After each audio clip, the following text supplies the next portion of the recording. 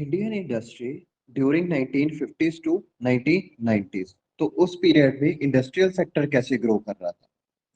Indian industrialist के पास lack of capital था 1950s के आसपास। तो कैपिटल ज्यादा नहीं था क्योंकि फॉरेन डोमिनेशन थी। मार्केट काफी छोटा था क्योंकि हमारी इकोनॉमी वीक थी, तो पैसा कम था। इसलिए जो मेजर प्रोजेक्ट्स है इकोनॉमी में वो पब्लिक सेक्टर ही फंड कर सकता था, तो प्राइवेट सेक्टर के पास इतनी कैपेसिटी नहीं थी। इसलिए हमने मिक्स्ड इकोनॉमी मॉडल लेके चले जिसमें पब्लिक सेक्टर का बहुत अहम रोल था इंडस्ट्रियलाइजेशन में।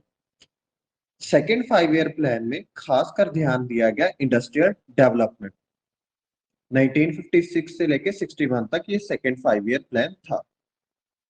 आईपीआर इंडस्ट्रियल पॉलिसी रेजोल्यूशन 1956 क्या था?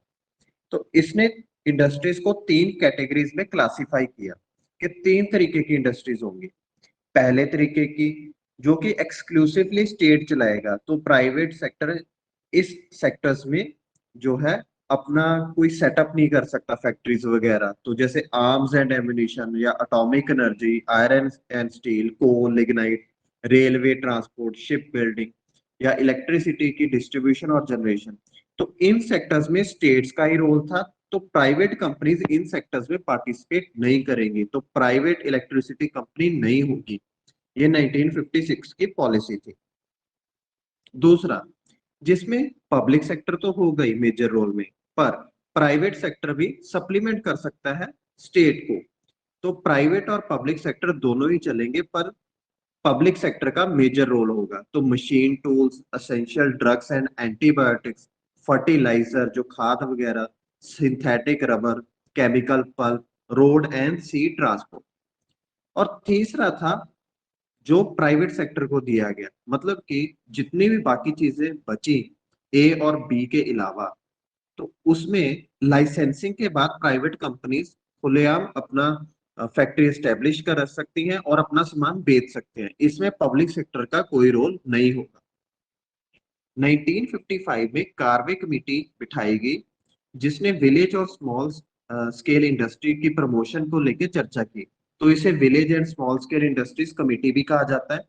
इसमें स्मॉल स्केल इंडस्ट्री को एज अ टूल रखा गया कि वो प्रमोट करे रूरल डेवलपमेंट को, कि अगर हमारे गांव को डेवलप होना है, रूरल डेवलपमेंट होनी है, तो स्मॉल स्केल कॉटेज इंडस्ट्रीज छोटे छोटे गांवों में होनी चाहिए। तो ये कार्वे कमेटी भी इंडस्ट्रियल पॉलिसी के संदर्भ में इंपॉर्टेंट है। तो कार्वे कमेटी थी। और आईपीआर 1956 था जिसने तीन तरीके की कैटेगराइजेशन दे दी इंडस्ट्रीज की। तो इन पॉलिसीज पे बेस्ड हमारी इकोनॉमी चली 1990s तक। फिर हमारी ट्रेड पॉलिसी क्या थी? तो पहले जो 7 प्लान्स थे तकरीबन 1980s तक, हमारी पॉलिसी थी इंपोर्ट सब्स्टिट्यूशन की, जिसे हम इनवर्ड लुकिंग ट्रेड स्ट्रेटेजी भी कहते हैं। कि किसी भी देश में इंपोर्ट्स होते हैं और एक्सपोर्ट्स होते हैं। तो बहुत सारे देश क्या करते थे पहले 1950s और 60s में, वो कहते थे कि हमें एक्सपोर्ट ज्यादा से ज्यादा करना है और फॉरेन एक्सचेंज बचाने के लिए इंपोर्ट कम करना है, फॉरेन डिपेंडेंस भी कम करनी है। तो उसके लिए जो भी चीज हम इंपोर्ट कर रहे हैं उसका सब्स्टिट्यूट हमें लोकल ढूंढना होगा। तो अगर टेलीविजन बाहर से आना है तो हम लोकल कंपनी से टेलीविजन बनाएंगे। तो वो थी इंपोर्ट सब्स्टिट्यूशन, कि इंपोर्ट को सब्स्टिट्यूट कर देंगे। और हमने रिलाई किया टैरिफ्स और कोटास पे, ताकि इंपोर्ट्स को रिस्ट्रिक्ट किया जाए। तो कस्टम ड्यूटीज काफी हाई होती थी, किसी प्रोडक्ट पे 30%, 40%। तो उसकी वजह से जो इंपोर्टेड प्रोडक्ट है वो अनकॉम्पिटिटिव हो जाता था। फिर कोटास लगाए गए कि ये जो प्रोडक्ट है इसका इतनी लाख यूनिट्स ही इंडिया में इंपोर्ट हो सकती हैं, इससे ज्यादा नहीं होंगी। तो इसके जरिए हमने ट्रेड पॉलिसी को कंट्रोल किया। तो कंट्रोल ट्रेड पॉलिसी थी और इनवर्ड लुकिंग स्ट्रेटेजी थी, हम डोमेस्टिक मार्केट पे फोकस कर रहे थे। तो ये सारी पॉलिसीज का रिजल्ट क्या हुआ? हमारा इंडस्ट्रियल सेक्टर का जो जीडीपी में शेयर था वो 25% हो गया 1990s में। पहले ये 12% था। तो हमारा इंडस्ट्रियल सेक्टर काफी ग्रो हुआ, उसका शेयर इंक्रीज हुआ क्योंकि हमने डोमेस्टिक इंडस्ट्री को प्रोटेक्ट किया। इंडिजीनियस इंडस्ट्री काफी डेवलप हुई, इलेक्ट्रॉनिक्स, ऑटोमोबाइल, इन सेक्टर्स में, क्योंकि फॉरेन कंपटीशन तो देखना नहीं मिला। जो हमारी डोमेस्टिक इंडस्ट्रीज थी वो अपने आप ग्रोथ कर सकती थी, उन्हें कोई खतरा नहीं था बाहर के इंडस्ट्री, बाहर के इंपोर्ट्स का, क्योंकि हमारी इनवर्ड लुकिंग स्ट्रेटेजी थी। और तीसरा एक नेगेटिव इम्पैक्ट पड़ा कि क्रोनी सोशलिज्म आ गया, exploitation by big industrial houses. तो जो बड़े बड़े घराने थे इंडस्ट्रियल, वो क्या करते थे, पैसे देके पॉलिसीज अपने फेवर में करवाते थे और लाइसेंसेस लेते थे। तो जो लाइसेंस कोटा परमिट राज था, उसमें जिसके पास पैसा है, जिसकी लाठी उसी की भैंस वाला काम था। तो वही लोग फैक्ट्री सेटअप कर रहे थे, वही लोग ट्रेड और इंडस्ट्रियलाइजेशन को आगे लेके जा रहे थे, और उन्होंने काफी प्रॉफिट्स कमाए।